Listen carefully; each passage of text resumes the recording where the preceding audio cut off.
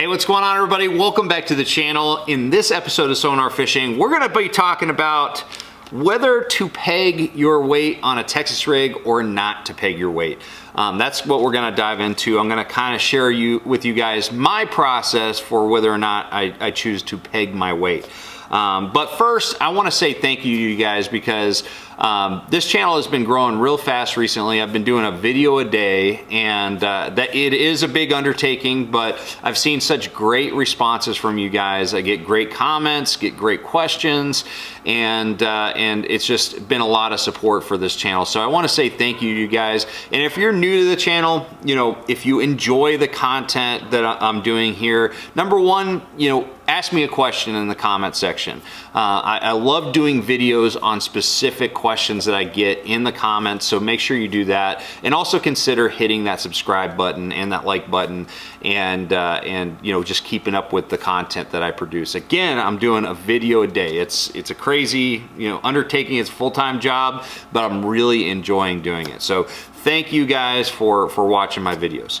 So let's dive into fishing a Texas rig and when you should peg your weight and when you shouldn't. And so when I say pegging your weight, so right here we've got a Texas rig. This is the Z-Man Turbo Fatties, since we're talking about it.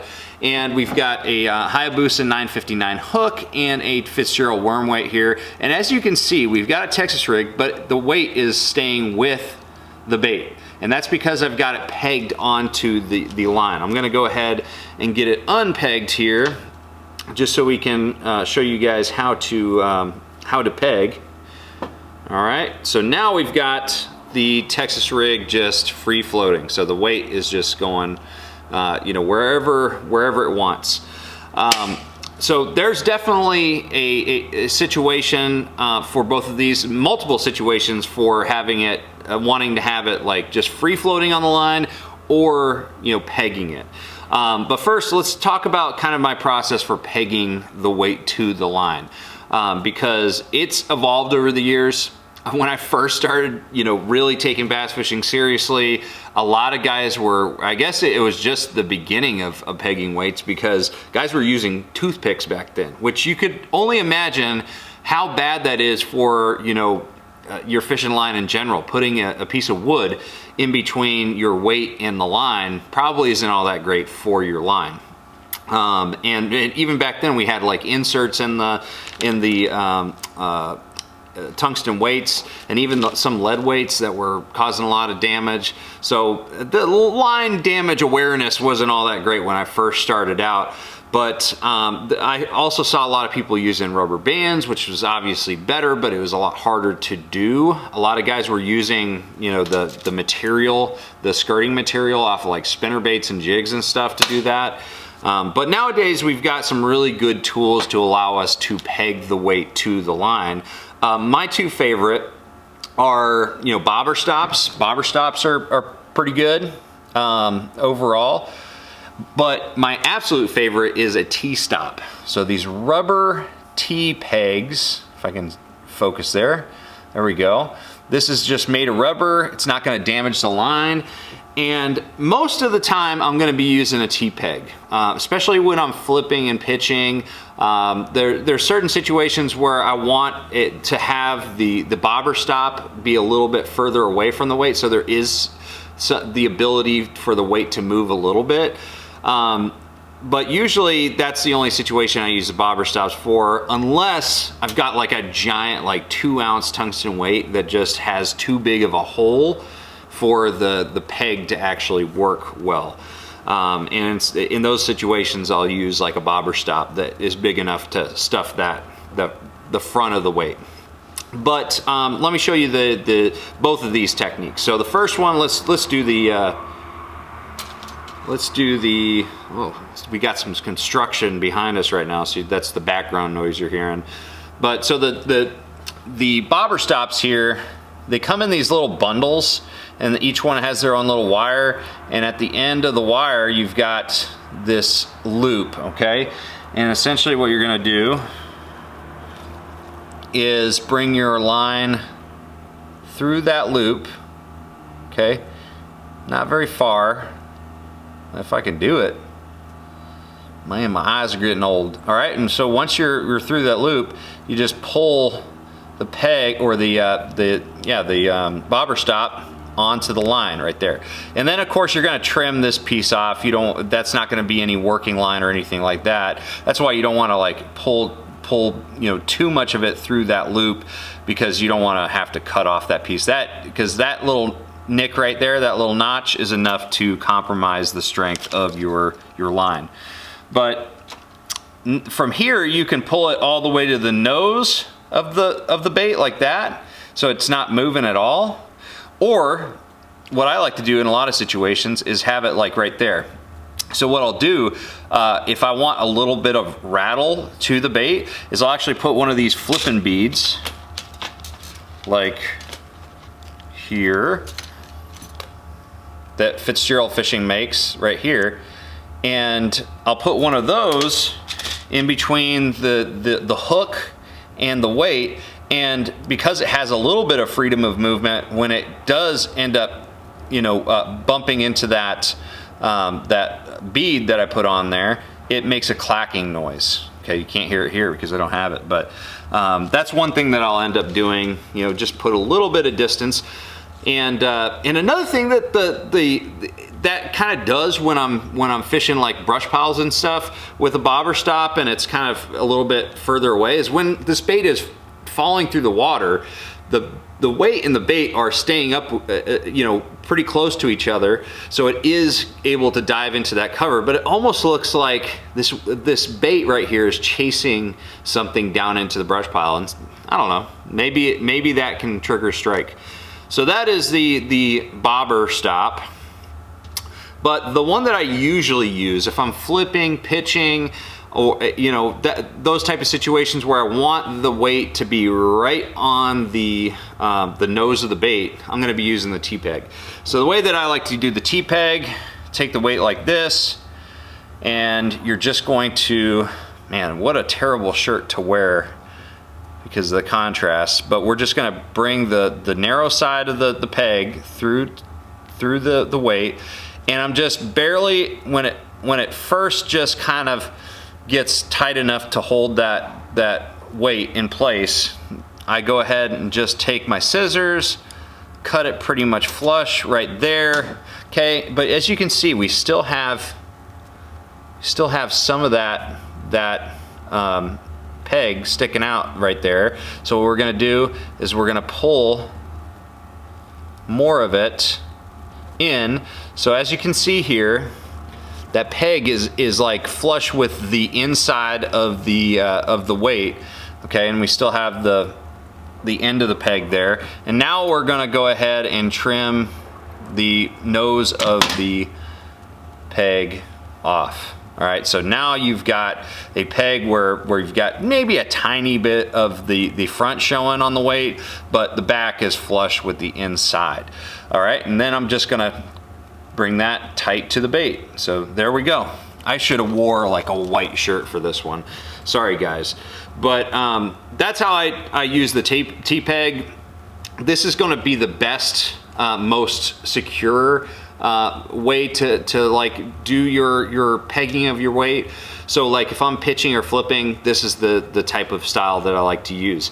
If it's more of, a casting a Texas rig, like a big worm or something into a brush pile type deal, or maybe I'm fishing some sparse grass or something like that with a Texas rig, I might go to the bobber stop, because I have that option of bringing that bobber stop out and allowing that weight to kind of go back and forth, clacking onto that flipping bead. All right, so those are the two ways of pegging. So let's talk about when you want to peg. So really, in essence, when you want to peg your weight is when you have some type of cover that could potentially hinder your bait if you didn't peg it, hinder your bait from following your weight into that cover. So like flipping and pitching or punching is a perfect example. This is a situation where you never want to fish a Texas rig without pegging your weight, because if you did, and I've had plenty of people on my boat that show up to Okeechobee tournaments and they go punching and all I'm seeing is their little cricket waving at them on the top of the mat, and their weight is, you know, through that mat. So when you pitch into these grass mats, these dense grass mats, you know, that weight, if it's not connected to the bait, to the line, it's going to go down through the grass, and the bait is just going to be up there on the surface. So that's why you want to use a peg or peg your weight. The same thing goes for fishing a brush pile too. You know, a lot of times people don't think about that because they're not visually seeing that bait get stuck in the brush. But the same thing happens. Like if you cast a worm into the brush and you got that free floating weight, the weight is going to go down into the brush, and oftentimes the bait will get stuck on a limb and just stay up in that brush pile and never get down into the center. So usually, you know, heavy dense grass that I'm trying to get through, and brush piles, and when I'm pitching, flipping, and trying to skip under docks, those are all situations that I want to peg my weight. Skipping under docks and underneath overhangs is another thing that I need to kind of touch up on too. I don't want to just breeze over that one because this is very important. If you're wanting to skip under a dock, the worst possible thing that you could do is have your weight being able to free float down the line, because with skipping you want a very compact presentation. So you want the whole presentation to be connected in one, because if you were to skip and that weight was able to kind of float down the line, it's creating more drag and it's going to catch the water, and you're just not going to be able to skip that bait very well. So that's why jigs skip so well, because it's all one compact little bait. So make sure that if you're trying to pitch, flip, you know, you can pitch and flip a little bit, like around, dock pilings or something like that. You can do that and have success. But another thing happens with pegging your weight that's also really important to point out, and that is that pegging your weight allows certain baits, like baits that are more streamlined, that don't have, you know, any curly tails or anything like that, like beaver style baits, you know, like palmetto bugs or something, or a tube or something like that. Pegging your weight allows it to have a little bit more of a glide, like horizontal glide. Sometimes, you know, you don't have baits that can glide. Like if I was to stop, you know, pitch this turbo fatties around because of this tail, it would actually just always want to fall straight down because the tail is creating a lot of drag. It's parachuting. It's creating a parachuting motion with it. But if you peg your weight to say a wide-bodied beaver bait that doesn't have any appendages or anything like that, it'll actually glide, which I think is a really good action for a lot of strikes in a lot of situations. So getting through heavy cover, wanting that glide to the fall, and also being able to skip underneath things, those are all scenarios where you want to have a weight pegged to the line and stationary. All right, so the situations that you want to not peg a weight are essentially just kind of clean bottom areas. So one of the benefits of having a weight that is not attached to the bait is it adds more action. So because it's disconnected, you know, the worm can just disconnect from the weight a little bit and vice versa, but when you lift up the line, they come together and kind of create a little bit more of an erratic action as you're lifting and dropping it than if it was just stationary. So the coming together of those two components will add a little bit of action. But in reality, the way I just kind of think about it on the water is, if I'm not trying to get in cover, I'm not trying to skip or trying to get a glide out of a bait, the rest of the time I want to fish a Texas rig with a sliding bullet sinker, because you always want to use a sliding sinker when you can get away with it, because your hooking percentage, I think, is going to be a lot better, because when you have the weight and the bait attached together, the weight creates a lot more leverage for the fish. So that it allows the fish to potentially shake the hook out and for you to lose that fish. So the less weight that you can have attached to your presentation, the better odds you are to get it in. And that's why I don't just peg all the time, because I made it sound like, you know, you should peg all the time, but in reality, whenever you can get away with it, use a free floating weight on your Texas rigs. So I think we covered it. I think that's pretty much it. Those are my thoughts on this topic. But I'm gonna, in the description below, I'm gonna put some links to the products that I was talking about, so bobber stops and also the T-stops. If you use those links to purchase these products, you actually get 10% off your order with 44tackle.com, so that's a good deal, and I also get a kickback, and it supports the channel. So anyways, guys, let me know what your thoughts are on this topic, and also if you have any other questions at all, drop a comment below. I see all the comments. So thank you guys for watching. Make sure you like, share, subscribe. I'm gonna see you out on the water.